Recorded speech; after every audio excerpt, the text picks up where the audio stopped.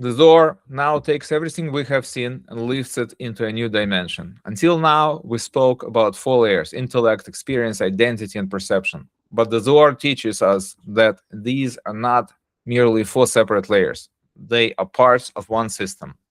In the language of the Zohar, reality is not flat, it is layered, it is structured, it is built of worlds, sefirot, inner forces, and relationships between levels. What appears separate from below may be united above.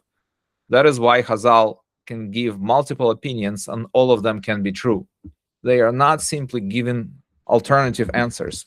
They are describing different expressions of one inner reality. The tree of knowledge was not only a physical tree, it was a point where multiple dimensions of existence converged.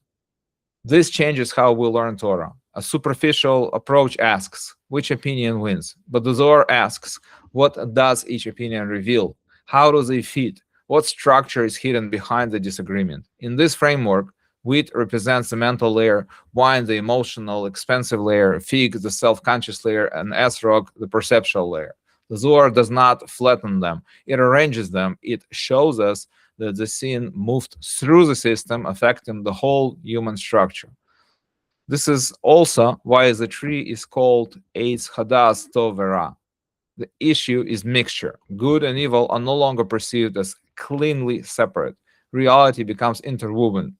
The human being now has to clarify, sort, and interpret what was once obvious.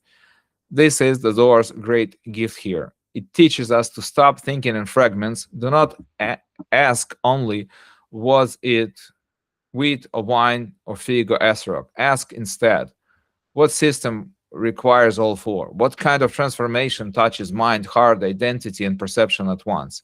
And once you see it, you cannot unsee it. The story of Gan Eden becomes the key to understanding all human confusion. Every struggle we have is a struggle inside this mixed system. The Zohar reveals the structure. The result will take us one step deeper and reveal what happened inside the soul itself.